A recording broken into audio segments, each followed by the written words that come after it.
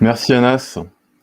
Et merci du coup à tous ceux qui sont là. Donc, toutes les personnes déjà que je ne connais pas forcément, mais il y a aussi beaucoup de gens que je connais. Donc, ça fait très plaisir de vous revoir. Il y en a certains que j'ai pas vus depuis très longtemps.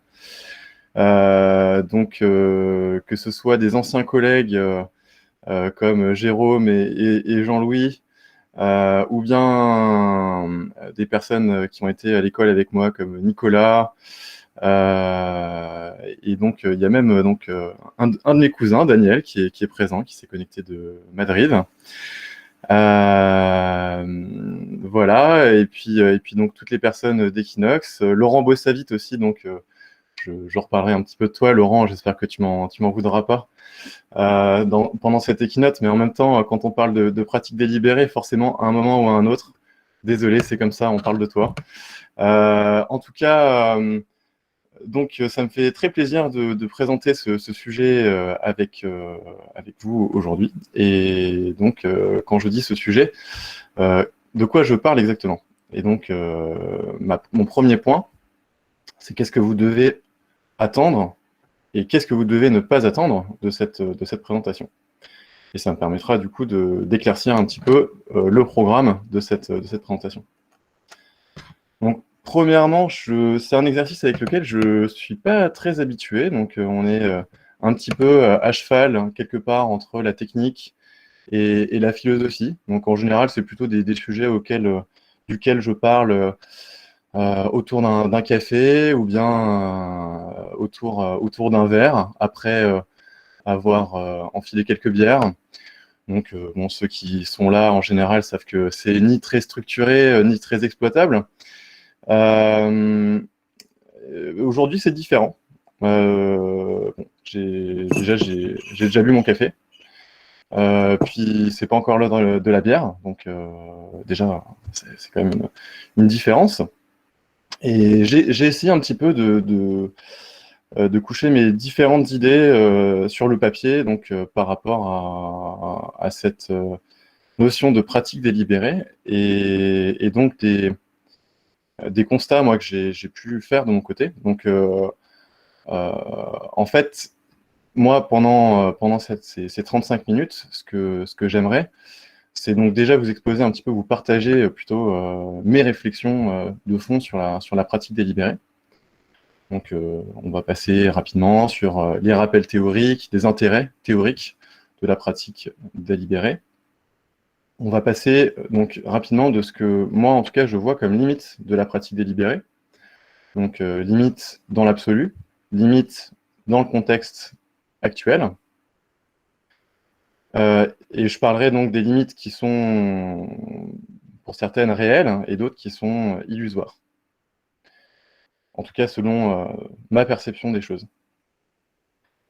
Et donc, le but de cette présentation, c'est pas uniquement d'aller chercher la petite bête et puis de voir tout ce qui ne va pas, et c'est aussi d'évoquer des pistes de solutions, donc les pistes d'amélioration et les enjeux sur cette notion de pratique délibérée. Donc, comment rassembler plus de personnes autour de cette pratique délibérée, toucher plus de personnes, et aussi en tirer un meilleur parti, donc optimiser la progression qu'on peut obtenir avec la pratique délibérée. Et tout ça, comme je vous disais, c'est un exercice, moi, sur lequel je suis relativement nouveau. Donc, en fait, ce qui, moi, en tout cas, m'intéresse de manière totalement égoïste, bien sûr, c'est de partager avec vous ces réflexions, mais c'est aussi d'en faire une base à un débat à la fin de cette présentation, puisque ce sont des réflexions qui sont juste issues de mon esprit et qui n'ont pas encore été beaucoup challengées jusque-là. Donc, ça m'intéresse beaucoup d'avoir votre avis sur la question, que ce soit sur les limites ou sur les solutions à apporter. Et donc, n'hésitez pas à me faire part de tous les désaccords. Il n'y aura rien qui me fera plus plaisir que d'entendre tous les points sur lesquels vous n'êtes pas d'accord. Je vois déjà Nicolas sourire avec un sourire un petit peu... Ok. Donc, en tout cas, vos retours sont précieux. Et donc, je précise aussi que sûrement, je vais pas forcément présenter quelque chose de en soi très très neuf. Finalement, moi, le travail que j'ai essayé de faire est surtout sur rassembler un petit peu tout ce que j'ai pu entendre autour de moi. Donc voilà, j'invente rien, simplement j'ai essayé un petit peu de structurer tout ça. Et donc sur ce que vous pourrez attendre ou ne pas attendre de ces équinotes, de cette équinote, donc je vous souhaite une très bonne équinote. Et je vais commencer par une petite histoire. Alors que j'étais encore un minot dans l'informatique, tout frais et tout impressionné par mes coéquipiers super forts de l'époque. Donc, il y en a certains qui sont présents ici. Donc, Jean-Louis, Jérôme, voilà, c'était quelque chose quand même d'assez fort pour moi quand je suis arrivé dans cette équipe. On est parti prendre notre pause déjeuner, comme d'habitude, et à la place de revenir au bureau comme tous les jours, on a été emmené par une personne dans une salle isolée d'une des hautes tours de la Défense. Que se passe-t-il? Que va faire de nous cette personne? Eh bien, cette personne, qui n'était autre que l'excellent Éric Lemerdy, que certains d'entre vous connaissent peut-être, allait nous proposer une séance de 2 heures de pratique délibérée d'écriture de code. Alors, les personnes qui sont familières avec ce genre d'exercice les appellent couramment des katas, en référence aux arts martiaux, pour ceux qui n'auraient pas donc la référence. Et nous allions le réaliser dans un cadre surnommé couramment Coding Dojo, là aussi, référence aux arts martiaux ou Programming Dojo, Coders Dojo, il y a plusieurs alternatives, mais en tout cas, l'important, c'est le mot dojo, qui est l'idée qu'on se rassemble et on va ensemble travailler des exercices de code. D'ailleurs, terme qui a été introduit par Laurent Bossavit et Emmanuel Gaillot pour la première fois, donc à XP 2005. En tout cas, c'est ce que dit Wikipédia. C'est correct. Du coup, c'est quand même, en tout cas pour moi, un honneur d'avoir cette discussion-là avec toi aujourd'hui, Laurent. Et donc pendant cette séance qu'on a eue, on a parlé de la solution au problème posé, dans le fond, mais aussi et surtout, en fait, dans sa forme, et du chemin emprunté pour y arriver. Et j'y reviendrai un petit peu plus tard dans la présentation, mais c'est le cœur même de l'intérêt de ces exercices. On ne va pas juste parler de la solution, mais on va parler aussi de la manière d'arriver à cette solution. Donc ça, c'est la fin de ma petite histoire. C'était très intéressant. C'était le jeu de la vie de Conway, pour ceux qui connaissent. C'est un classique dans les katas. C'était en 2013. J'avais donc derrière moi 5 ans d'études, 2 ans de métier, si on peut appeler ça de l'expérience. En tout cas, après ces 7 ans, c'était la première fois seulement que j'entendais parler de ce genre de session, de ce genre d'exercice. Et j'avoue que j'étais quand même assez étonné qu'on n'ait pas vu ça avant à l'école ou bien dans le métier dans lequel j'étais. Ceci dit, c'est vrai que c'était en 2013, donc la première fois que le mot kata est apparu, c'était en 99, c'était Dave Thomas dans Pragmatic Programmers qui en a fait la suggestion. Donc, on peut se dire que peut-être pour une pratique, c'est quelque chose d'assez récent. En tout cas, ce que j'ai beaucoup aimé, c'était donc vraiment cette emphase sur la forme et la méthodologie, et pas juste sur la solution, mais ça, donc, je l'ai déjà dit. Et ça m'a apporté beaucoup de conviction. J'ai eu beaucoup de conviction sur le bon sens de la démarche, et surtout pas que sur le bon sens, mais sur la nécessité en fait de cette démarche pour faire évoluer un peu l'état du logiciel, donc aussi des personnes, parce que à force de travailler sur un logiciel de mauvais état, dans un mauvais état, on devient soi-même dans un mauvais état. Et donc, ça m'a tellement convaincu que même pendant un an, j'ai animé un meet-up sur le sujet. Donc, c'était des code retreats tous les mois. Et 8 ans plus tard, donc, puisqu'on est en 2021 aujourd'hui, 8 ans plus tard, ce que je constate, c'est que autour de moi, en fait, la plupart des développeurs continuent majoritairement à apprendre sur le tas. Et la pratique délibérée est la grande absente en fait de ce qu'on voit autour de soi. Donc il y a des formations, il y a des exercices, mais qui ne sont pas exactement la même chose que les katas parce qu'on ne s'intéressera pas forcément à la forme. Donc voilà, par exemple des TP, etc., ça on en a, mais par contre vraiment de la pratique délibérée pour s'améliorer dans le geste, ça on n'en trouve pas tellement. Alors, bon, peut-être que c'est moi qui a raté quelque chose, peut-être que j'ai vu une importance qui n'était pas du tout celle qu'elle avait en réalité. Mais quand même, je me pose des questions, parce que c'est vrai que quand je vois donc, que ça n'a pas pris, et même, en fait, pour aller plus loin, il y a carrément des personnes qui sont vraiment sur la défensive, en fait, hein, qui sont absolument contre la pratique délibérée et les katas en particulier. J'ai vu des échanges sur Twitter, notamment c'était avec Bruno Boucard qui avait répondu, qui était... Ouais, c'était étonnant, en tout cas vraiment une levée de bouclier contre ce truc. Moi, je trouvais au minimum inoffensif, et sinon vraiment très intéressant. Mais plutôt que de considérer que ces personnes sont bêtes et idiotes, moi la question que je me pose, c'est est-ce qu'ils ont des raisons légitimes pour ne pas apprécier justement cette pratique délibérée? Et donc, c'est ce qu'on va faire pendant cette présentation. On va essayer de se mettre en empathie avec ces personnes et on va analyser et chercher, éventuellement, s'il y en a, des conclusions à ces analyses, si on peut appeler ça des analyses. Donc, avant de commencer sur les limites de la pratique délibérée, quelques rappels. Donc, qu'est-ce que la pratique délibérée?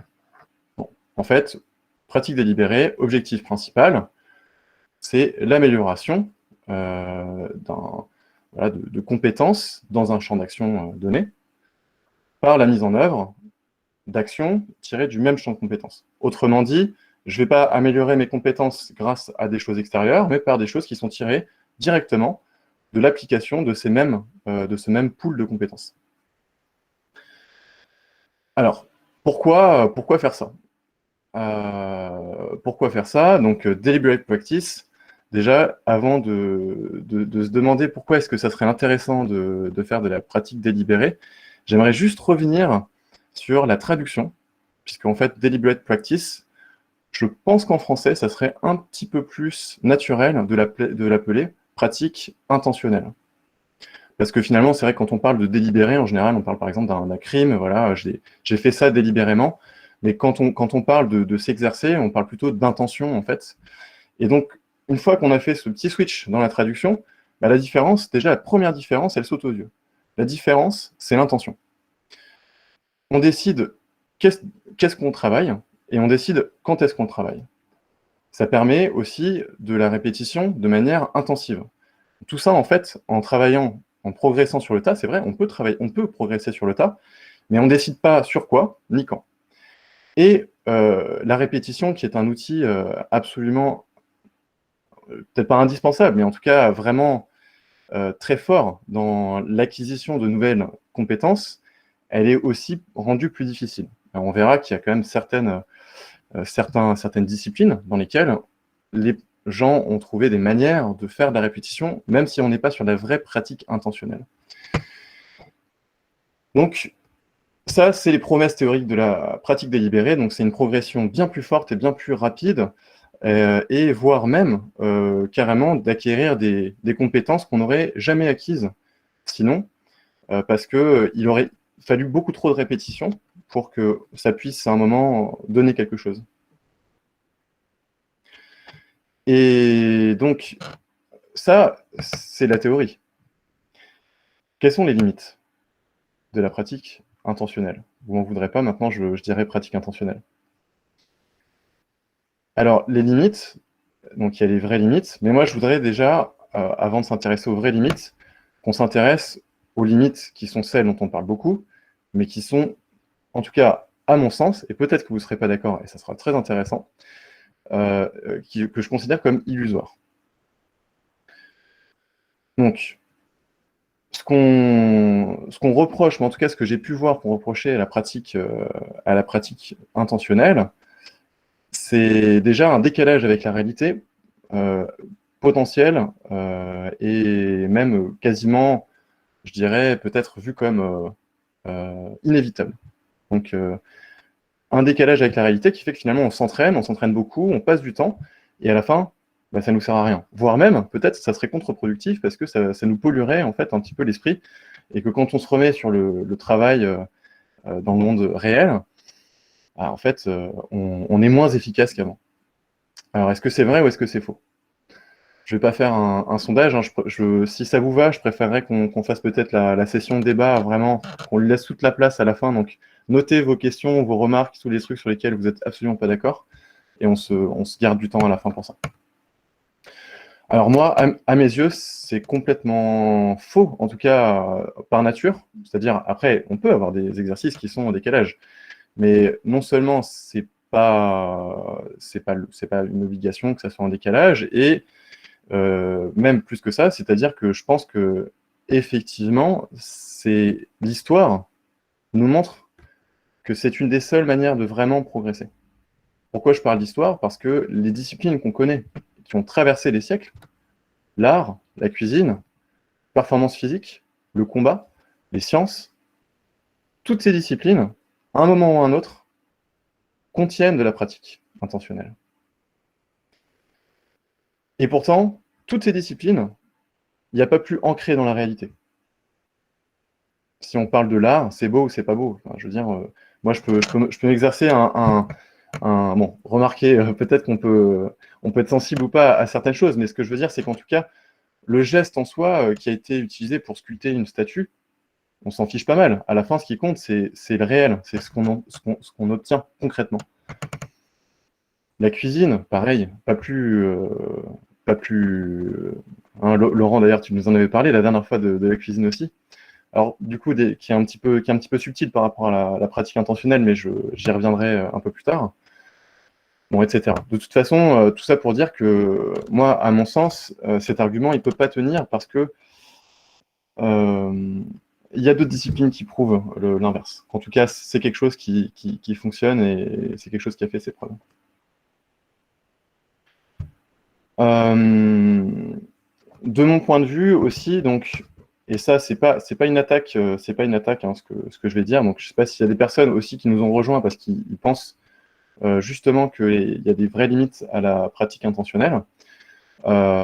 Mais des personnes que j'ai pu rencontrer, les personnes qui sont les plus véhémentes contre la pratique intentionnelle, sont des personnes qui ont en général fait moins d'une dizaine d'heures et souvent un petit peu parsemées par-ci par-là. Donc, j'ai envie de dire, c'est normal. C'est normal de ne pas voir forcément l'intérêt. Et pour ceux, justement, parce qu'on appelle ça des katas, pour ceux qui ont fait du judo, par exemple, quand ils étaient petits, je pense qu'on se souvient de l'envie qu'on avait de faire des katas. C'est le truc vraiment qui est. Il n'y a pas plus chiant que ça quand on est petit. On comprend pas à quoi ça sert ce truc. Jusqu'à ce qu'un jour, on arrive dans un combat, et puis là, d'un coup, ça devient le cœur de notre expérience pendant ce combat. Et pourtant, pendant plusieurs années, peut-être on a trouvé ça complètement inutile et ça n'avait pas de sens. Donc c'est normal, ça prend du temps et c'est pas. Moi, je pense que c'est tout à fait normal de juger la pratique délibérée quand on n'a pas encore l'expérience.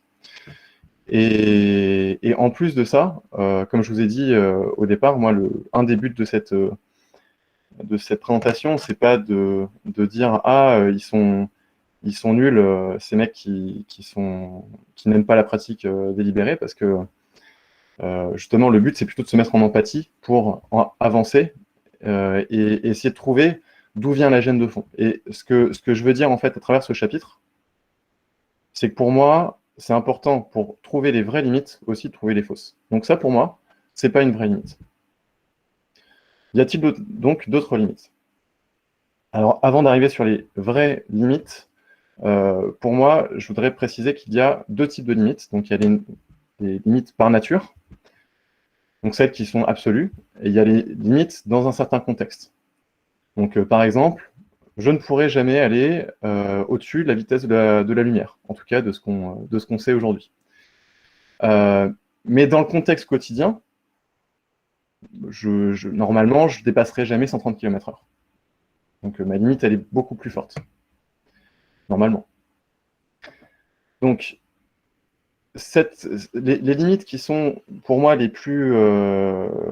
en fait, qui sont les bonnes nouvelles, c'est celles qui sont des limites dans un contexte donné, parce que ça veut dire qu'il y a moyen de faire mieux. Par contre, toutes les limites par nature, celles-là, on ne pourra rien faire, a priori. Donc, je vais commencer par les limites dans le contexte d'aujourd'hui par rapport au milieu de l'IT, et donc le milieu de l'IT, notamment en France. Et ce sera après cette petite gorgée d'eau.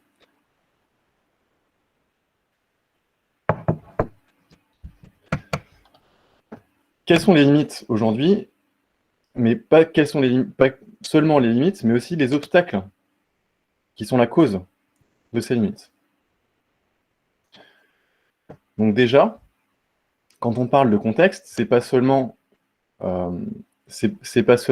la pratique intentionnelle dans le milieu de l'IT aujourd'hui. Quand on parle de contexte, ça peut être aussi la pratique intentionnelle dans le contexte temporel d'aujourd'hui. Donc, quel est l'état de l'art, en fait, de la pratique intentionnelle? Est-ce que déjà, cet état de l'art présente des limites?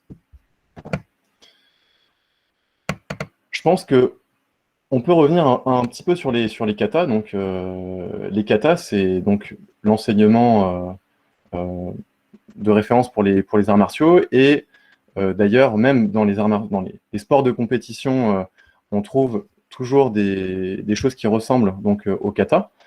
Dans les sports de combat, par exemple, qui n'ont pas forcément de kata, il y a toujours quand même des exercices qui vont être répétés, qui seront une base. Dans le foot, je pense que faire des passes quand on est footballeur, il y en a beaucoup qui sont faites dans la vie. Et en fait, pourquoi c'est important? Parce que, et pourquoi justement il y a un parallèle entre, pour moi, donc l'IT, en tout cas notre métier de développement, et la pratique du sport en compétition de manière un peu plus large, et surtout du sport en compétition, c'est ce besoin de prendre une décision rapidement, d'appliquer une technique rapidement, sous pression. Donc quand on est en compétition, en fait, pour ceux qui ont déjà fait un petit peu de sport en compétition, ce qui se passe la plupart du temps, c'est qu'on a pu apprendre plein de techniques, mais les seules qui vont sortir, c'est celles qu'on connaît parfaitement. Toutes les autres, avec la pression, le stress de perdre, on les oublie totalement. Et si par hasard, on se force à appliquer une technique qui n'était pas totalement maîtrisée, en général, là, on court à la catastrophe. Donc, pour moi, c'est vrai, parce qu'en fait, on est en milieu hostile dans le développement, on tient des engagements, on est beaucoup ici à pratiquer Scrum, donc il y a cette pression, et donc même les techniques qu'on connaît, grosso modo, si on ne les connaît pas parfaitement, en général, ce qui va se passer, c'est qu'on ne va pas les faire. Ou alors, si on les fait, justement, comme je disais, on court à la catastrophe. Un refactoring mal fait, typiquement, ça peut avoir des conséquences qui sont pas terribles. Et donc, ça, c'est très chouette, et on voit bien, du coup, la puissance de cette métaphore, parce qu'il y a beaucoup de points communs. Et en plus, on va pas s'intéresser seulement aux résultats, mais on va s'intéresser aux gestes. Par exemple, Anas, qui a fait beaucoup de tennis, peut en dire quelque chose hein, sur l'importance vraiment d'un geste qui est absolument coulé et parfait au moment où ça heurte la balle. Ça va déterminer ensuite tout le match. Et donc, parfois, on va faire juste des tirs et des tirs et des tirs pour perfectionner ce geste. Donc, c'est très puissant.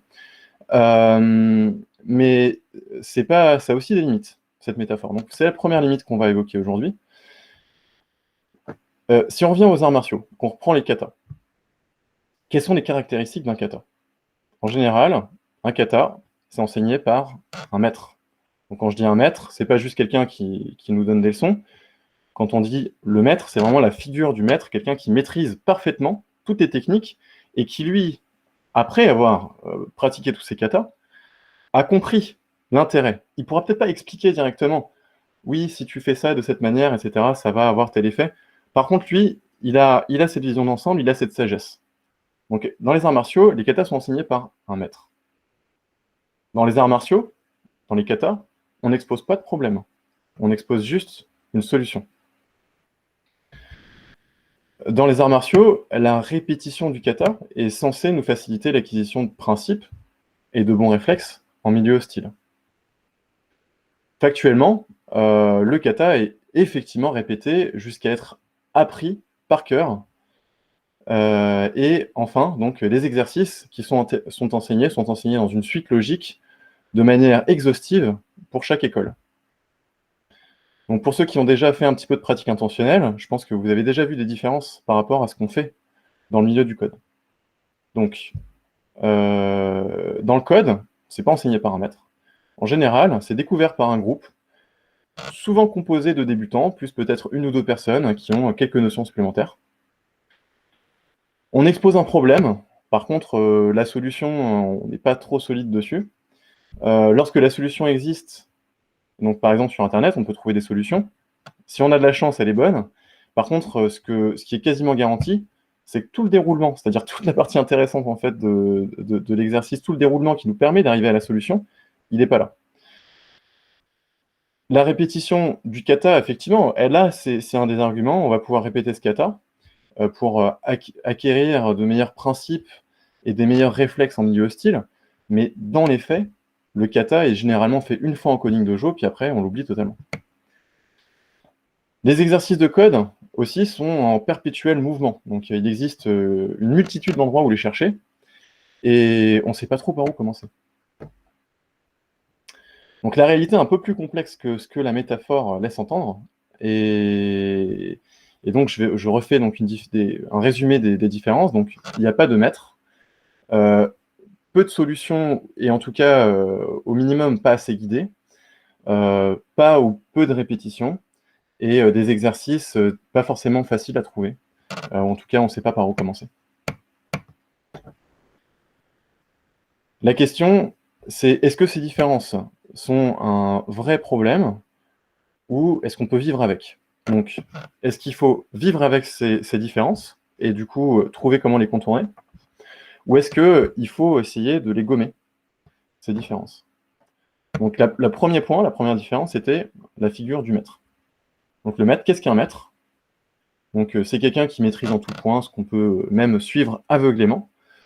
Et ça, dans le développement logiciel, c'est encore un peu jeune pour ça et difficile à trouver. Et surtout, beaucoup n'en veulent pas. Donc il suffit de voir, pour la plupart des coachings, en tout cas moi, de ce que j'ai pu voir autour de moi, il y a une résistance très forte de l'arrivée d'un coach. Donc pas forcément facile de trouver des bons maîtres, et en plus, pas facile de convaincre les adultes d'accepter cette aide. Donc ça, pour moi, le maître, le fait d'essayer le fait de ne pas avoir de maître, c'est quelque chose qu'il faut apprendre à vivre avec. Peut-être à terme on pourra le gommer, mais pour moi il faut essayer de vivre avec. Et donc il faudrait plutôt, a priori, accepter ce truc qu'on va être autodidacte, même si c'est autodidacte en groupe, mais de manière complètement autonome. Par contre, ça implique donc des difficultés et donc d'autres limites qui sont que si on n'a pas de maître, on n'a pas d'éclairage, donc il va falloir s'éclairer d'autres manières. Comment? On verra plus tard. Donc maintenant, il nous reste les autres différences, donc les solutions et la répétition. Donc on a des problèmes qui sont en général sans solution, ou en tout cas des solutions pas guidées.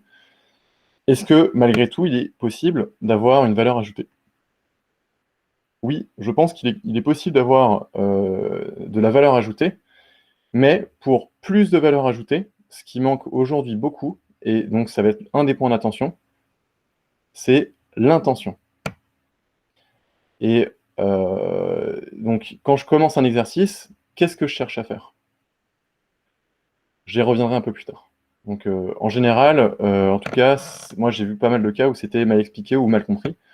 Et en tout cas, s'il n'y a pas d'intention dans la pratique intentionnelle, de mon point de vue, c'est un problème. Antoine, il est 36. Je ne sais pas combien de temps tu voudrais laisser pour le débat, mais en tout cas, je te donne l'information. Ouais, je sais, bah, j'ai du retard en fait, j'ai du retard, mais j'ai l'impression que je suis en train peut-être de le rattraper. Bon. En tout cas, j'ai du retard, donc ça va limiter un petit peu le débat, mais je pense que je vais quand même terminer, quoi qu'il arrive. Donc, ça c'était donc moi ce que je voulais dire en tout cas, c'est que le fait de pas avoir de solution, pour moi, on peut vivre avec aussi, même si là aussi on pourrait le gommer éventuellement plus tard, parce que c'est quand même intéressant d'avoir des solutions qui sont bien dont on peut s'inspirer. Mais au minimum, il faut se demander comment est-ce qu'on peut donner plus d'intention aux exercices, aux problèmes. Vient donc la question de la répétition. Donc ça, pour moi, c'est quelque chose qu'il faudrait gommer, ce défaut de répétition. Donc c'est-à-dire il faudrait de la répétition. Et je dirais pas que c'est indispensable, mais en tout cas, c'est vraiment c'est un moteur de progression qui est énorme.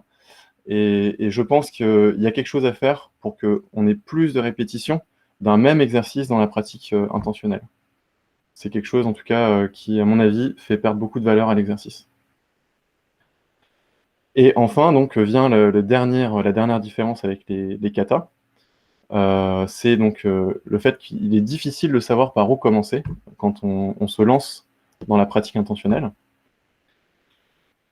Ça peut être l'air de rien, mais j'aimerais ouvrir une petite parenthèse pour expliquer pourquoi, pour moi, ça quand même, c'est un vrai problème. Donc, on a tous une histoire qui se ressemble dans un parcours éducatif qui a un modèle assez, qui a des caractéristiques assez fortes, notamment euh, dans l'enseignement général, et donc déjà sur la partie école d'ingénieur, on va passer très peu de temps à travailler le geste. Donc on va acquérir plein de connaissances. Par contre, des ateliers sur lesquels vraiment on va s'entraîner. Nous, par exemple, on avait eu une initiation au TDD, mais c'était 2 heures, quoi. Donc, en tout cas, je pense que même dans les écoles qui en font beaucoup, je serais étonné qu'il y ait plus de 40 heures sur 2 ans d'école d'ingénieur, et même de toute façon, vu qu'on apprend sur 5 ans, normalement 5 ans d'études, on a 5 ans pour commencer à faire de la pratique intentionnelle sur le code, mais on n'en fait pas. Donc ça, pour moi, c'est un premier truc qu'il faut savoir. On arrive dans le monde du travail, on n'a pas cette culture encore de la pratique intentionnelle. Et en plus de ça, pendant 15 ou 20 ans d'éducation, on se fait imposer des objectifs de A à Z. Jamais on nous apprend à choisir nous-mêmes nos objectifs. Donc, d'ailleurs, quand on arrive dans le monde du travail, ce qui se passe en général, la tendance qu'on a à avoir, c'est aller dans des cadres dans lesquels on a un management assez fort, qui nous fixe des objectifs, on a un sentiment de réussite. Bosser beaucoup, c'est pas un problème. Par contre, un cadre avec un management léger, quand on est jeune, en tout cas, ça fait flipper, hein. C'est quelque chose qu'on a du mal à faire. Et donc, on sort de ce système éducatif avec peu de capacité pour décider de ses futurs propres objectifs. Donc, ça paraît peut-être pas grand-chose d'avoir cette multitude d'exercices et de pas savoir par où commencer, mais c'est un argument en plus pour nous décourager. Donc, quelqu'un qui a déjà trouvé un petit peu l'envie, la motivation, se dit, allez, je vais faire des choses qui ne sont pas dans mon boulot, etc. Je vais en faire plus, je vais travailler de mon côté. Il arrive, il y a une multitude de trucs, il ne comprend pas à quoi ça sert, il abandonne. Je pense qu'en tout cas, ça doit concerner une bonne partie des gens. Donc là, évidemment, c'est plus pour des personnes qui prennent en autonomie un sujet. Donc malgré une envie de s'exercer. Tout ce que je dis là, c'est pas pour critiquer le système éducatif, hein, on peut passer notre temps à le faire. Il est ce qu'il est, et il a quand même le mérite d'exister, et de toute façon, on n'a pas le pouvoir de lui appliquer une transformation de fond. À la place, il vaut mieux déjà, en tout cas, accepter et avoir conscience de cette situation, et se demander donc de quelle manière on peut composer le mieux possible avec cette contrainte.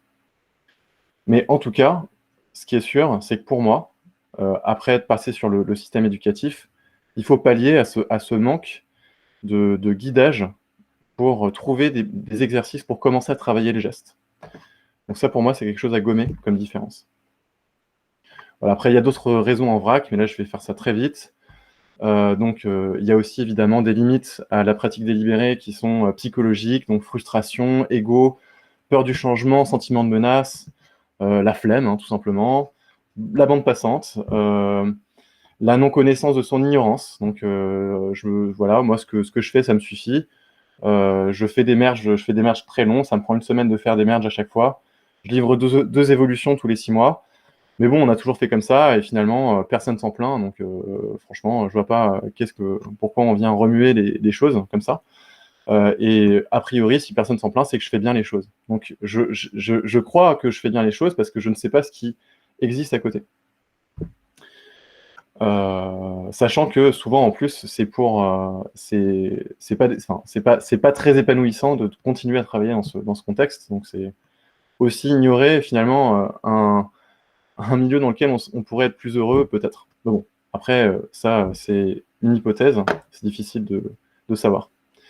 Je pense aussi, un autre truc, c'est les premières déceptions après des sessions de pratique délibérée. Donc, j'arrive dans une session, je fais l'exercice, allez, je me lance, et finalement, j'ai réussi des trucs assez cool, j'ai appris le TDD, et je reviens ensuite sur le terrain, et ça marche pas du tout.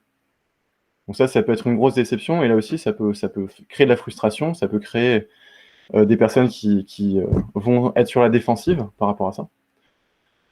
Il y a aussi donc le rejet. Donc le rejet qui est dû à quelqu'un qui a pratiqué, qui est devenu meilleur. Et vous connaissez, je pense, pour certains, en tout cas, le principe de Peter. Hein, quand on devient un petit peu trop bon pour le système, on finit par se faire rejeter. Donc ça aussi, ça existe. Donc à la fin, la pratique intentionnelle ne peut pas s'installer. Tous ces aspects personnels, psychologiques, je pense que c'est pas forcément la peine en fait d'essayer de les traiter directement. Et justement, en travaillant sur la forme des katas, en essayant de les rendre plus agréables, d'améliorer l'expérience de ces sessions de pratique intentionnelle, je pense qu'en fait, on traite aussi tous ces aspects qui sont humains. Et enfin, donc le tout dernier point, la toute dernière limite, et déjà on aura terminé sur les limites. C'est donc la vitesse d'évolution des technologies. Difficile de continuer à faire des exercices qui sont adaptés par rapport à ce qu'il existe comme technologie. En tout cas, difficile d'en trouver. Donc, pas forcément d'en créer, mais d'en trouver. Voilà. Et donc, juste un mot très rapide sur les limites absolues. En fait, pour moi, les limites absolues, donc elles existent, mais c'est exactement les mêmes que celles de la pratique sur le tas. C'est-à-dire, quand on est dans la pratique, purement pratique intentionnelle, donc c'est-à-dire sans la prise de recul, etc., hein, ce qui manque, c'est la création de concepts et de leur évolution. Mais en tout cas, à mon sens, sur la partie apprentissage, c'est la seule limite absolue que je vois. Pour moi, toutes les autres limites sont contextuelles. Donc c'est plutôt une bonne nouvelle, parce que ça veut dire qu'en fait, sur quasiment toutes les limites, on peut travailler dessus. Donc, je vais essayer d'accélérer pour la fin, parce qu'il est déjà 45, donc je vais essayer de le faire en 5 minutes. Donc, maintenant que tout ça est dit, comment faire bouger les choses? Donc, déjà par rapport aux problèmes sans solution, pour moi, quelque chose qui est très important, c'est d'être éclairé sur ce qu'on va animer. Donc, au minimum, l'animateur doit avoir un petit peu du matériel, doit avoir fait de l'approfondissement sur les techniques qui existent pour pouvoir, au minimum, en parler. Donc, pas forcément montrer l'exemple parfait, mais c'est important, quand on veut avoir une pratique intentionnelle qui a des résultats, de connaître un minimum les ouvrages de référence sur le TDD, sur le refactoring, sur le design. Vous avez même d'ailleurs des ouvrages sur les codings de jeu en soi, enfin un ouvrage en particulier, hein, de Emily Bash. Et pour moi, on n'encourage pas assez les développeurs aussi à se plonger dans une connaissance vraiment intime des ouvrages de référence. Et c'est indispensable. C'est pas que la pratique intentionnelle ou que la connaissance théorique, c'est les deux. Ensuite, la clarté de l'intention, ça pour moi, c'est l'aspect vraiment numéro un quand on n'a pas de solution à un problème exposé. Donc d'ailleurs, il y a plusieurs voies pour trouver un exercice. Je peux explorer, c'est intéressant, c'est peu coûteux. Je peux faire du coding game, du advent of code, etc. C'est fun. Il y a des défis d'algo. Par contre, souvent, c'est pas les skills. Ça va faire travailler des skills, mais c'est pas forcément ceux qui nous font le plus défaut au quotidien, à savoir TDD, approche outside-in, design émergent, approche objet fonctionnel, DDD, port adapteur, refactoring, pattern de conception, etc. Toutes ces choses qui sont pas en fait forcément dans en tout cas, à moins d'avoir de l'expérience déjà sur la pratique intentionnelle, qu'on va pas trouver en autonomie. Donc, effectivement, par contre, on peut donner de l'intention à ces exercices découverts de manière exploratoire quand on a de l'expérience, on connaît un petit peu justement toutes ces choses, on peut donner des contraintes en plus, etc. Donc, on peut le faire, mais ça demande de l'expérience. Donc, si on se lance, au minimum, je pense que c'est plutôt de partir sur des exercices où il y a une intention vraiment claire affichée, et en tout cas, si on fait aussi des choses exploratoires pour le fun, il faut garder au moins de la place pour cette partie vraiment intentionnelle. Et sinon, qu'est-ce qui se passe? On va créer encore plus d'appréhension de la part des détracteurs de la pratique intentionnelle, qui vont peut-être voir finalement, eux, de leur endroit, des geeks qui s'agitent, alors que eux, ils sont là, ils font le vrai travail. Alors, bien sûr, c'est loin de la réalité, sauf que on va créer encore un peu plus de distance. Et on peut même aussi décourager des personnes qui sont venues pour trouver des réponses à une souffrance quotidienne dans leur profession. Donc, très important pour moi d'avoir de l'intention et d'en tirer des leçons à la fin d'une séance. Voilà, donc je vais pas m'attarder plus que ça, j'avais beaucoup d'autres choses à dire. Mais ce que je voulais juste illustrer, c'était par exemple un kata pour moi qui me parle beaucoup, c'est... Antoine, est-ce que ça ne te dérange pas? Je vais peut-être, parce qu'il reste 12 minutes et je pense que ça serait intéressant de profiter des retours, je pense, mais des personnes. c'est ce que je viens de dire, Anas, donc que je donnais pas tous les exemples, j'abrège. Ça te va? Très bien. Merci. Donc, typiquement, Gilded Rose, qui est pour moi un des katas les mieux avec l'intention, en tout cas, peut-être pas explicite, mais elle est quand même bien là. Même dans un exercice comme ça, je pense qu'il y a encore une marge de progression. La plupart du temps que je fais l'atelier, on se limite à des tests, couverture de tests, voire réécriture du code from scratch. Allez, on fait un peu d'extraction de variables et de renommage. Par contre, on ne fait pas émerger de design et on ne fait pas enchaîner de remaniement de code. Donc, pour moi, on passe la plupart du temps complètement à côté de l'exercice. Bref. Du coup,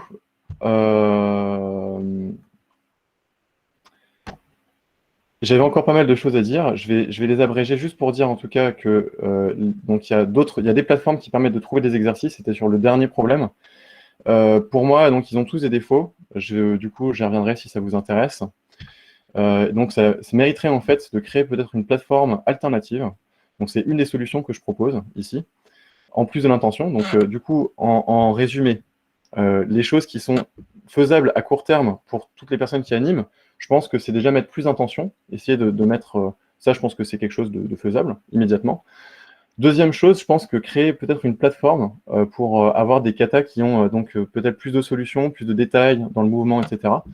Je vous partagerai, donc j'ai créé en anticipation un Slack au cas où ça intéresserait des personnes d'en discuter et un GitHub si vous voulez commencer, s'il y a des personnes qui sont partantes pour se lancer juste derrière cette Equinote.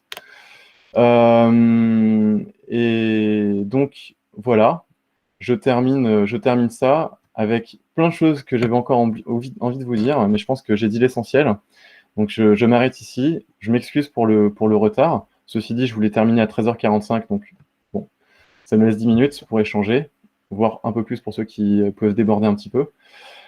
Et donc, pour moi, donc, ce qu'il faut retenir, c'est ces pistes d'amélioration, donc court terme, moyen terme, et surtout que c'est important aussi de se mettre en empathie avec les personnes pour trouver les limites peut-être de la pratique délibérée telle qu'elle est faite aujourd'hui pour réussir à faire avancer les choses. Merci Antoine. Donc vous, quels seraient les problèmes que vous voyez dans la manière de les appliquer aujourd'hui, donc dans la manière d'appliquer la pratique intentionnelle, et quelles solutions proposeriez-vous? C'est la question que je vous pose. Merci de votre attention. Je sais pas quelle est l'étiquette, on applaudit à la fin des sessions Zoom ou Il n'y a pas de règle. on peut faire les jazz hands aussi, ça marche pas mal. On n'a pas fait de pratique intentionnelle sur ça, c'est sur le cas. Je veux bien laisser du coup faciliter les questions par d'autres personnes. Je sais pas, Anna, si tu serais partant. Moi, je pense que ouais, je peux. Et donc, je vais faire juste dire, allez-y, s'il y en a qui veulent prendre la parole. Je pense que ce serait bien pour les premières, donc 2 minutes par question-réponse. Ça va en faire au moins un premier tour. Laurent, je t'en prie. Et je vais faire juste 5 secondes parce que je pensais que tu allais l'évoquer. Il y a un article qui date d'il y a déjà 2 ans, mais qui, pour une raison qui m'échappe, a fait du buzz ces derniers temps. Enfin, je crois qu'il a dû paraître sur Hacker News, enfin, popper sur Hacker News, qui s'appelle The Problems with Deliberate Practice. Donc, je pense que ça t'intéressera. Je le mets dans le chat. Merci. Non, j'en avais pas connaissance du tout. Et ben, ça va apporter de l'eau à ton moulin. Je sens ta frustration en fait sur le fait de ne pas être arrivé au bout de tout ce que tu avais à dire, et en même temps moi je le prends vraiment comme un truc très positif parce que il y a plein de trucs à dire sur le sujet, donc c'est normal qu'1 heure n'y suffise pas, et tu nous as déjà donné pas mal de grains à moudre, hein, donc merci. Merci Laurent. Je repasse la main. D'autres retours? Peut-être Nicolas, je ne sais pas si je sens. Ouais, mais j'ai fait. Alors, je regardais l'article comment tu t'appelles Laurent, tu as partagé. Super, je sens que je vais beaucoup aimer. Non, moi j'aimerais revenir sur un point sur les katas. Tu as dit c'est dans la culture japonaise, c'est quoi déjà? Merde, j'ai oublié. Merde. Ah, Place of the Way. Et grosso merdo, pour moi, là où je vois, c'est que c'est la répétition. Et en fait, dans les arts martiaux, bah, tu me connais, hein, tu sais que j'en fais beaucoup, il y a aussi les combats à thème, et les combats où on commence dans une mauvaise position. Et du coup, pour moi, je vois le kata comme une répétition. Et après, il faut aussi se mettre dans la position mauvaise. Je suis dans une mauvaise position. Et c'est souvent quelque chose qui bridge entre le kata, le fist buzz, le Gilded Rose que personne ne va jusqu'au bout parce que c'est la merde. J'ai jamais réussi à faire un Gilded Rose quelque chose de bien, donc en fait, c'est une frustration personnelle probablement. Et du coup, par contre, ce qu'on appelle le combat à thème, c'est ce que moi j'aime bien faire avec mes équipes, c'est les gens avec qui je travaille du moins, c'est on a un bout de code dans notre application, on sait comment on veut, on sait où est-ce que ça va aller, les plus seniors, et donc du coup on va le faire tous ensemble en TDD à une bonne pratique sur un temps donné. Et donc du coup c'est comme ça que nous on essaye de bridger, mais après il y a toujours des gens qui vont dire non, le kata c'est trop simple. Et donc, en fait, j'aime bien des fois bridger avec du code sur lequel on travaille tous les jours. Voilà. Mais après, voilà, c'est du code, hein, c'est pas de l'infra ou des trucs comme ça, mais ouais, c'est pas... Bon, merci, Nicolas. Donc, j'aimerais juste apporter un complément. Donc, l'idée derrière le GitHub que j'ai mis dans le slide, dans le chat, et ce Slack. Donc c'est en fait justement, je pense que on manque d'une plateforme. Quand je dis la plateforme qui serait sympa, pour moi la plateforme idéale permettrait aussi d'amener plus de création de kata et d'en faire et de les partager, parce que justement aujourd'hui quand on va sur les plateformes de référence, il y a quand même, c'est-à-dire par rapport au nombre d'années où ça existe, c'est pas énorme quoi. Je pense qu'on pourrait avoir beaucoup plus. Merci. Et chercher par intention. Il y avait Sylvain qui t'avait levé la main. Je ne sais pas si tu veux toujours intervenir. Non, c'était pour demander justement les liens dont tu avais parlé, que tu as donné. D'accord. Ils sont dans le chat. Jean-Louis ? Oui, je me permets de réagir. Moi, je vais devoir me quitter juste un petit peu avant 14h, donc je me permets de réagir maintenant. Déjà, merci Antoine, c'était vraiment excellent. Moi, j'aimerais réagir sur deux points. Le premier, c'est la pratique délibérée dans le cadre du coaching. Pour le coup, je pense que c'est une approche un petit peu différente. Où on va peut-être moins aller chercher la répétition. On va plutôt utiliser, comme le disait Nicolas, on va aller chercher à la fois un mix entre les katas, qu'on va utiliser finalement comme des learning hours, qui vont nous permettre de mettre le focus sur une pratique par exemple, et de vraiment faire un apprentissage, et ensuite d'aller mettre en pratique dans le code, dans le quotidien des équipes. Et ça, c'est hyper intéressant de faire le bridge entre les deux. Donc là, c'était le premier point. Et le deuxième point, c'est par rapport à la plateforme. Je pense que ce qui manque, c'est le cheminement. Et ça, c'est vraiment quelque chose qui manque. Il faudrait trouver une plateforme où on voit vraiment ce cheminement. Et là, tu pourras avoir des dizaines et des dizaines de katas identiques avec un cheminement différent. Et c'est là où tu apprendrais finalement le plus. Voir comment les gens cheminent dans ce kata. Alors, tu peux le faire avec des vidéos aujourd'hui, mais si tu avais une plateforme qui permettrait de le faire, ça serait hyper intéressant aussi. Bah, du coup, moi, la plateforme, disons, facile pour commencer, je pense que ça serait Git, c'est-à-dire avec des commits très, très, très courts. Déjà, ça permettrait d'avoir un premier truc. Et au moins, il y a zéro effort en termes de conception. On peut déjà commencer par ça. Laurent? J'allais dire qu'il y a des choses sur lesquelles je me sens un peu en désaccord avec toi, Antoine, mais comment dire, je pense que c'est des désaccords constructifs. Il y a plus de choses sur lesquelles on est d'accord que de choses sur lesquelles on serait en désaccord, et notamment la question de clarifier les intentions. J'ai l'impression qu'effectivement, il y a beaucoup de trucs sur lesquels on pourrait superficiellement ne pas être d'accord, mais où en fait, c'est relatif à ceux qu'on essaye d'entraîner et qu'est-ce qui est important. Moi, dans le cadre de mon contexte professionnel, au passage, c'est pas du tout une page de pub, mais j'en profite pour signaler que j'ai rejoint Codeworks à partir du 1er juillet. On se retrouve théoriquement concurrent avec Equinox, mais c'est pas du tout grave. Moi, je suis pour la coopétition. Du coup, je suis ravi de contribuer à l'effort collectif d'amélioration de l'état de l'art. Mais donc, dans ce cadre-là, moi, j'ai découvert Coding Game que je ne connaissais pas. Et je me suis éclaté pendant des heures sur Coding Game. J'adore. Enfin, je trouve qu'ils ont réalisé un travail tout à fait remarquable sur cette partie de remettre du fun dans la programmation. Enfin, moi, j'y ai trouvé mon compte. Et après, c'est peut-être intéressant de se dire aussi, mais est-ce que donc moi, j'ai 30 ans de carrière, donc je ne programme pas depuis hier.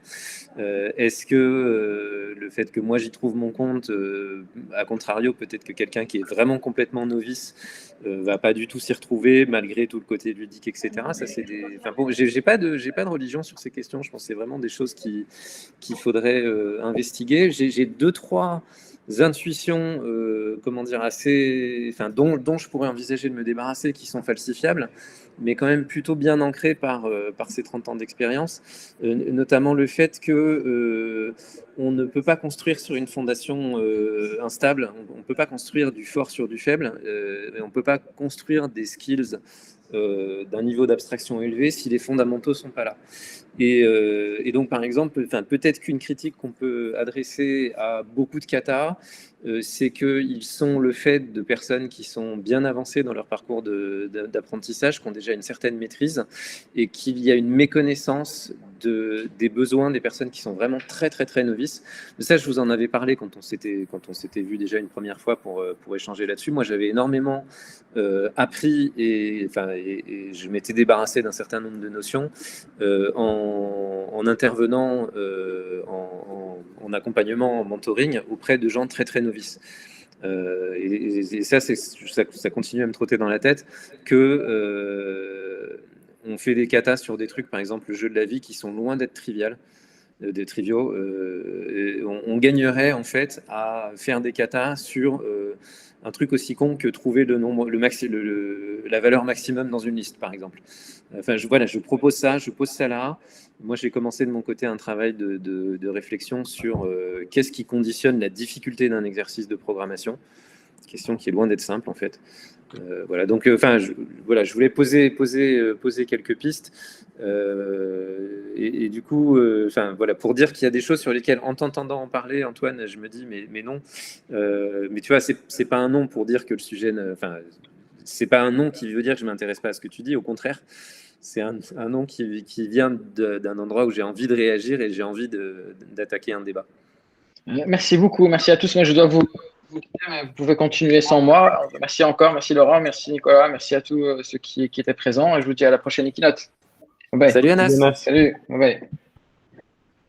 Donc je ne sais pas si certains d'entre vous ont envie de déborder un petit peu ou peuvent le faire d'ailleurs. Ah, pas de possible pour moi. Je vous propose on poursuive jusqu'à 14h10 peut-être. Du coup, pour répondre à ça, en fait, c'est aussi une réponse que j'avais envie d'apporter à Jean-Louis, c'est que là, moi, je partais aussi de l'hypothèse qu'on n'a pas de maître dans les katas qui sont proposés, etc. Et donc, en fait, je reproche pas quelque chose aux plateformes, mis à part quand même que c'est vrai que sur Coding Game, hein, c'est écrit ça, quoi.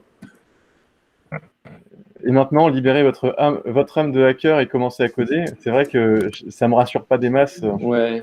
Mais bon, après, moi, c'est ce que je dis, hein, c'est ce que je dis tout à l'heure. Je pense qu'en fait, on peut en faire des choses bien. Mais par contre, si on prend la plateforme telle quelle et qu'on n'a pas quelqu'un qui a la maîtrise vraiment et qu'on se lance comme ça, ouais, ça va être fun et tout. Mais si par contre, moi, en fait, je vais le faire pour progresser sur des choses qui me font souffrir au quotidien, en fait, je vais pas y trouver mon compte. Et en fait, le contexte qui est un peu particulier pour toi, Laurent, et pour Jean-Louis, c'est le fait que les équipes qui sont autour de vous ont des coachs. Et le truc, c'est que c'est vraiment loin d'être la majorité des personnes qui ont la chance d'avoir un coach qui les accompagne, et encore moins un bon coach, en fait. Et donc, moi, ma question, c'est aussi comment faire en sorte que justement, on démocratise un petit peu ça et qu'on puisse s'affranchir au moins sur les bases de base d'une personne, et qu'on puisse aussi voilà, avoir plus de gens autour de nous qui sont compétents, et que ça se fasse plus plaisir d'aller au travail aussi grâce au fait que les gens qui sont autour de nous sont meilleurs. Et nous-mêmes aussi, peut-être, y trouver pas mal d'enseignements au passage. Pardon, du coup, il n'y a plus personne pour faciliter, donc je parle. Donc, Victor, je te laisse arbitrer, ça sera plus objectif. Oui, si vous voulez. Je ne sais pas si du coup il y avait quelqu'un d'autre qui avait une remarque, une question. Il y a Louis qui doit nous quitter. Il y a Nicolas qui a levé la main, si tu veux. Il y a Nicolas. Ah bah voilà, très bien, Nicolas. Ouais, du coup, il y a quand même un problème, je trouve, dans l'industrie, c'est que l'état de l'art entre les entreprises est quand même très différent. En fonction de là où tu travailles, sortir, pour reprendre ce que tu as dit, 2 features tous les 6 mois, ça marche très bien quand même. À d'autres endroits, ça marche pas du tout. Et donc, en fait, si l'état de l'art il est aussi différent, si tu as toujours travaillé dans un endroit où l'état de l'art il est bas, eh bien, en fait, je pense pas que tu te rendes compte de ce que tu manques. Oui, c'est exactement ça. C'est exactement mon point, en fait. Et en fait, le truc, c'est que tout le monde n'a pas envie de progresser. D'ailleurs, tu prenais l'exemple des arts martiaux. Dans les arts martiaux, on pense que tous les gens qui sont dans les arts martiaux, ils aiment faire des katas. En fait, c'est parce que 95% des gens, ils ont arrêté. Et les 5% qui restent, ils détestent ça, mais ils le font parce que sur les 5% qui sont restés, tu en as 4% qui aiment, et 4% qui n'aiment pas et 1% qui aiment. Mais en fait, c'est pas donné à tout le monde de poursuivre, à mes yeux, de ce que je vois, de poursuivre et d'essayer d'être bon dans une discipline, quelle qu'elle soit. Ça va au tennis, en musique, en sport ou en programmation. À mes yeux, je pense qu'il y a aussi un problème de culture générale des gens. Est-ce qu'ils veulent être bons dans leur métier et dans ce qu'ils font? Tout le monde n'est pas coachable. Voilà. Mais Laurent ouais, enfin, donc un moment où tu as accroché mon attention de façon assez redoutable, c'est quand tu disais, enfin, ton développement sur la répétition, le drill, ce genre de choses-là, sert à ancrer des choses qui vont, parce qu'on souhaite que ce soit ces choses-là qui ressortent sous pression. Et je pense que, enfin, là, il y a un morceau important de vérité mais qui est peut-être, comment dire, sur une branche enfin, si on faisait un arbre stratégique de ce à quoi tu cherches à arriver en faisant cet effort, c'est peut-être pas la même branche que celle que tu vas travailler en faisant une plateforme proposant un parcours différent dans les katas. Mais pour moi, c'est l'une des raisons pour lesquelles le sujet est à la fois important et où on ne fait peut-être pas assez d'efforts pour l'évangéliser auprès des entreprises sous un angle un peu business. Et notamment, enfin, moi, en t'entendant, je pensais à un sujet que j'ai pas mal traité ces derniers temps, qui est le sujet de la problématique des incidents. Et notamment alors, les incidents de sécurité, mais aussi les grosses pannes informatiques dont peuvent être victimes des grosses boîtes, Netflix, etc. Enfin, tu vois, le souci, c'est Netflix, il y a une panne qui prive les abonnés de télévision pendant quelques heures, c'est tout de suite, ça fait les unes de la presse. Et donc, on voit se développer dans les entreprises des experts en fiabilité dont le travail consiste à essayer de comprendre comment ce genre de panne arrive. Et je pense que l'une des choses qui fait que ce genre de panne arrive, c'est qu'en fait, on a énormément de gens qui, sous la pression, font n'importe quoi. Donc, tu vois, il y a un lien assez fort entre cette idée de quelles sont nos pratiques d'apprentissage. Tu as fait une parenthèse aussi sur la traduction, je vais faire la mienne. On parle de pratique, mais pratique n'est pas la bonne traduction de practice, ça veut dire entraînement. Donc, entraînement intentionnel sur une... Enfin, bref, et donc il faut vraiment distinguer pratique et entraînement. L'entraînement n'est pas la pratique, mais il outille la pratique. Et donc, en tout cas, cette idée de dire qu'est-ce que les gens font quand la pression monte et qu'ils reviennent à leur réflexe bien ancré, elle est intéressante aussi d'un point de vue de l'entreprise. Voilà. Donc, enfin, du coup, on passe beaucoup de temps à faire de la merde, quoi. Enfin, si je simplifie, ça pourrait quand même être intéressant de comprendre pourquoi il y a aussi peu d'incitation à faire mieux que la médiocrité ambiante, qui était aussi un sujet que j'avais évoqué quand on avait discuté ensemble. Mais voilà, enfin, du coup, c'est pareil, je suis un peu moi-même sous la pression de l'horloge qui tourne et j'ai un prochain rendez-vous, donc je vais aussi y aller. Mais en tout cas, bravo pour la présentation. Double pouce vers le haut pour continuer à creuser le sujet. Je suis inscrit sur le Slack, donc on continuera en asynchrone. Top, merci beaucoup. Merci aussi pour toutes les discussions intéressantes qui ont suivi. Moi, en tout cas, de manière totalement égoïste, c'était aussi ça mon objectif. Pas juste d'exposer des vérités, mais d'avoir d'autres idées et de faire émerger des choses d'intelligence collective. Donc, je suis vraiment très content. En tout cas, de mon point de vue, l'objectif est accompli, même si on aurait pu encore continuer à discuter. Mais on peut le faire de manière asynchrone, comme tu dis, Laurent. Donc, n'hésitez pas, pour ceux qui sont intéressés par le sujet de l'entraînement délibéré, donc, à vous connecter et à poursuivre donc, la discussion sur cette plateforme. Voilà. Après, moi, j'en ai fait une. Hein, si vous voulez en créer une autre, j'ai pas de. C'est juste, je voulais proposer quelque chose de concret. Donc voilà. Un petit mot pour terminer. Du coup, n'hésitez pas, si vous avez des idées de sujets sur lesquels vous voudrez discuter dans le cadre de cette Equinox, n'hésitez pas à nous contacter pour les proposer ou aussi à utiliser le lien que je viens de mettre dans le chat pour un peu parler de votre sujet. Je reformule ce que propose Victor, c'est si vous avez envie de faire un talk dans une Equinox, pour une autre session, un prochain mois, on est preneur. Exactement, merci Antoine. Le changement de sujet était un peu brusque en effet. Voilà, on est preneur, que ce soit sur un thème de software craftsmanship, d'agilité ou tout thème qui vous passionne en ce moment, qui vous intéresse en ce moment et dont vous voulez discuter. Voilà, vous pouvez nous contacter, vous pouvez utiliser le lien que je vais mettre dans le chat. Et sachez du coup que le mois prochain, ce qui est prévu pour l'instant, donc c'est un retour du coup plus vers le thème de la data, avec un talk sur le métier de Chief Data Officer par deux personnes, donc dont j'ai oublié le nom, Gilles Berton et Alain Ponyan. Donc le 7 octobre. Et voilà, et merci à tous, merci à Antoine, et à une prochaine fois, à très bientôt j'espère. Je vais arrêter l'enregistrement.